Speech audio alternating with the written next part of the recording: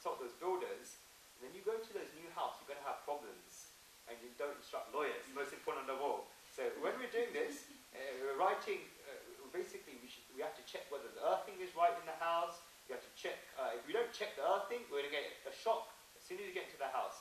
Ignorance of the law is not an excuse. When we make mistakes in our lives, then remember that they're going to come, we have to face them at some time in the future. And we're going to talk about karmas, sanchit karmas, nishchay karmas, prarabdha karmas in chapter 3. So if you go down the wrong route, you make the wrong choice, and do the wrong things, you're going to say, how would we know what house we're going to get in the next life? But who's going to suffer in the future? It's going to be you that's going to suffer. Ultimately, we're going to pay that price because we'll be living in that house and nobody else. Therefore, we must have this awareness of how we're going to live our lives, and it must be from this moment onwards. Not a single moment of unconsciousness will do. The consequences that we pay for one mistake is a very big topic we're going to discuss later. It's something that we learn from our experiences, but we want to get this gnan already, so we're going to refresh our intellects, get that inspiration for our intellects, so we don't make those mistakes. That's why the Lord is telling us that our souls changes bodies just like we change clothes. So if you want to find the deeper meaning of what Sri Krishna is saying here, is that we all have a responsibility. The Lord's shown us that we are immortal, but He also shows us that we've got a responsibility in our life. When you're wearing the old clothes, the new clothes are going to be made, but you want to make sure those new clothes are made properly. If there's new clothes, you can't liberate it as well. But if you don't make sure those new clothes are proper, they're going to have wear and tear. If you don't look at them properly, you get 14 days of exchange in the real world. You never get exchange in this world. That's why people regret things in this life. The second point here is that one has to prepare for death. Death is one of my favorite topics. And you have to prepare for death, you have to prepare for the next life, and this life is an opportunity to prepare for them. We prepare for death. Prepare for what? Prepare for death and prepare for our next lives. We're preparing ourselves. And related to this, Kabirji has given us another famous story. Those of you who know about this. Nale dole shishuke thale bahe se nahi ana hai kalle shingar chatur abeli sajan ke ghar jana hai. Nale dole shishuka thale baha se nahi ana hai kalle shingar chatur abeli sajan ke ghar jana hai. He's saying that dying is just like going to a beloved's house. One has to prepare by bathing, by getting ready. By using the word chatur in the third line, Kabir has done something very wonderful. Only chatur means clever in a way, but not directly means clever. Only a clever person will prepare. Another person will be let's eat, drink, and be merry, with the attitude that we're in this house, so let's just enjoy ourselves and worry about the new house later on. This is not clever. Who's clever? Who comes first in examinations? If those examinations are in April, and a person that starts revising in March, like I did at law school, that person's not going to come first. The person that starts right from the beginning. When the school began in September, the pupil that's studying for a few hours every single day, and that person comes first in the class, and he does not need to worry about cramming his studies in March like we did at law school. He doesn't need to worry about them. When people become awakened at the age of 60 or 70, is because they didn't prepare when they were meant to prepare. They just suddenly realized that it's time to leave their houses, and they haven't made preparations for their new house. What will they do? Where will they go? This is why they get sad. This is why they get depressed. Because those that have got their next houses ready while they're living in these current houses and have to get the clothes ready while they've got their old clothes, these people are chatur, they're clever, they're already preparing. So when the girl is going to her in-laws house after a wedding, then there's tears in her eyes, but at the same time she's happy in her heart. Because both these things are simultaneous and true. Because she's got tears in her eyes, she's leaving her old family, we're leaving her body, but at the same time, she's leaving that house where she grew up, where she had all those years of love. In her heart, she's happy because she's going to live with her husband. And if you've got a husband like Archer, you're going to be happy. So she's happy she's going to be a husband. Only those boys or those girls who have lived pure lives are going to have that happiness in their hearts. Otherwise, they're going to have that fear inside me. What if they find out about me? In the same way, those that live their lives purely and beautifully are never going to be afraid at the time of death. And those who have lived their lives wrongly will always be afraid at that time of death. And the soul will not even want to leave the body. They're always dying. The souls just don't want to leave. happen when they get into their new bodies. The people are sitting around a dying man, and he says, don't worry, I'll be out of the hospital soon, I won't die, I'll come and fulfill your wishes. Why does he have to say all these things when he's dying? He doesn't want to leave the body. Shri Krishna takes that fear of death away, and why should we have that fear of death? That comes to the end of that class. We said this beautiful story about Shri Krishna and Arjuna, which I liked last time. I might say it again, because I really, really want to say this story, that people that are getting over the death of a loved one, it's a common experience we all have. Same thing happened in the Gita, where Arjuna, Abhimanyu died in the war. He was like 18 years to 20 years old. Arjuna was completely depressed in his heart after the Mahabharata war took place. He was just living in the hospital for Paris. He was so depressed, he couldn't get over the death of Abhimanyu. Shri Krishna saw that he's not going to get over this death, he needs to change his location. What Shri Krishna did? He said, let's go traveling, let's go somewhere else. They went traveling for a while, they reached a place, it was dawn, it was twilight, the birds were singing, it was very beautiful surroundings. They sat down in a garden. Suddenly, Arjuna's gaze fell on a youth, a very handsome boy. He's about aged 18 to 20. Arjuna looked at him and thought, if Abhimanyu was alive today, he looked exactly like this. He looked exactly like my son. Suddenly, this boy let out a really large scream, let out a shriek. Arjuna went running towards him. But what's wrong? Picked up the boy, and the boy told him, I don't know who you are, where you come from, but I haven't got long left to live. A snake is biting me, I'm going to die. I just have one request. I've got a father who is blind, I'm his only son. I've just picked up these flowers for him. Just tell my father that his son is no more. Arjuna said, don't worry, I'm reassuring you, nothing's going to happen, you're going to be fine. At that moment, the person left his body. Arjuna thought, what are we going to do? Shri Krishna told Arjuna, get up Arjuna. Arjuna asked Shri Krishna, where? Shri Krishna tells Arjuna, we're going to go and see that boy's father and tell him that his son's left the body. Arjuna says, no way can I do this. I've already lost my son. I know exactly what it feels like to lose a son. I cannot tell this father that his son is dead. Shri Krishna said, no Arjuna, you made a promise to a dying man. You've got to go and you've got to tell him. They walked along. They asked around the town. They went through the villages. They searched everywhere. They asked, do you know this blind man who has an only son? This kid pointed out, oh yes, Yagnadutta. He's just find a house where the parrot outside the house can recite all the 4 Vedas. That's how knowledgeable Yagnadutta was. He could recite all 4 Vedas. They searched, they found that parrot, they knocked on the door. Suddenly, a man opened the door, and he couldn't see. Shri Krishna and Arjuna were standing. He said, son, have you come back? Have you gathered the flowers? Arjuna said, no, this is the Supreme Soul, Shri Krishna, and Arjuna standing here. This whole man got so excited. Lord, you've come to see me today?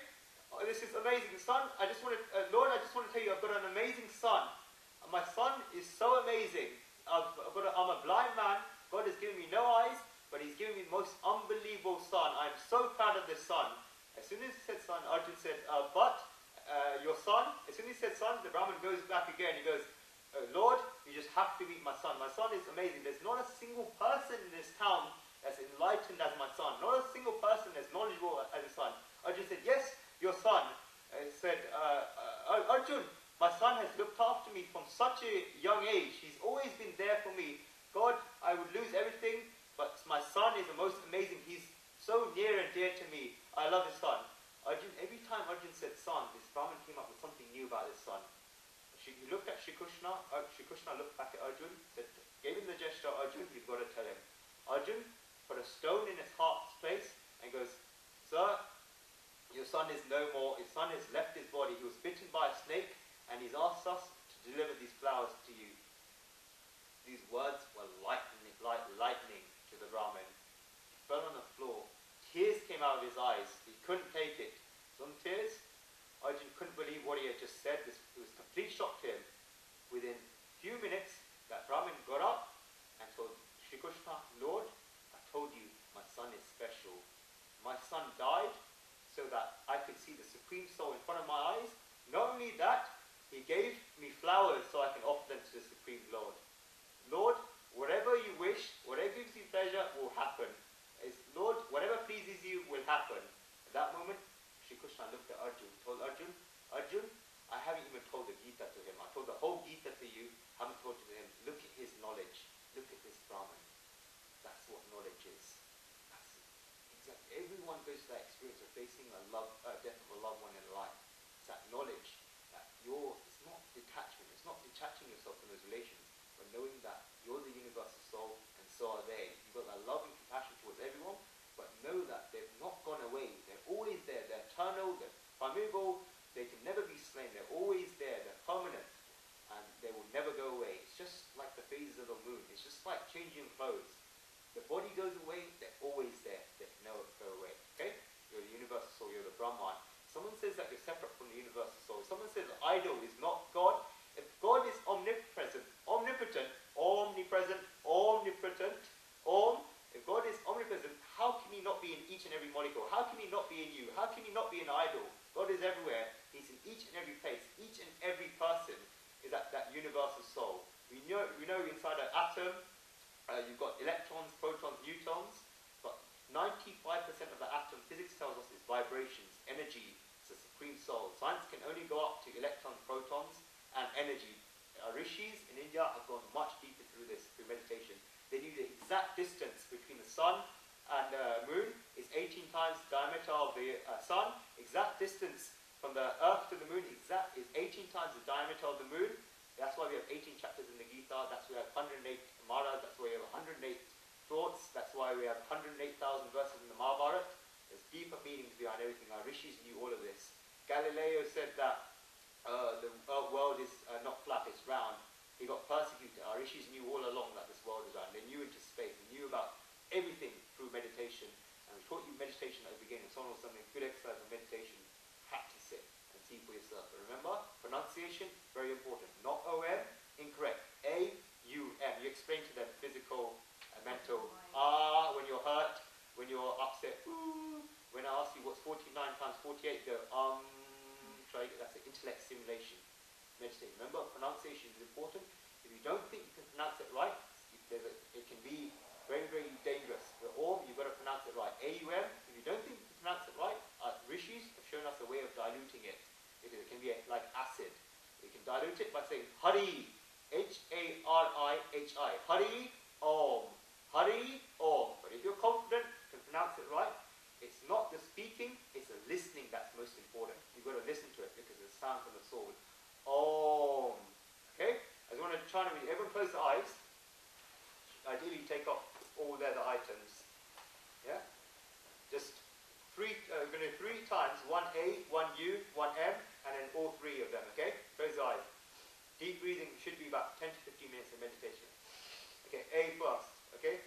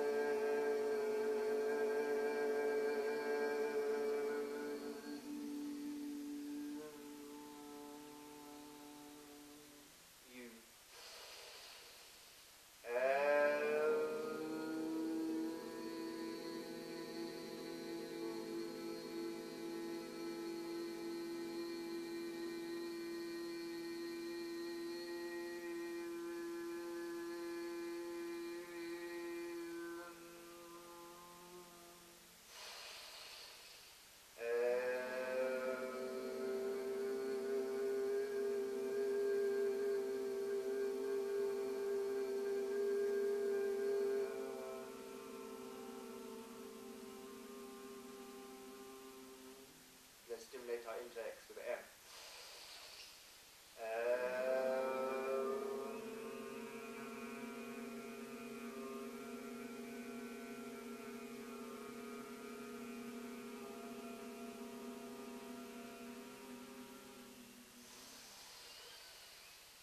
All 3.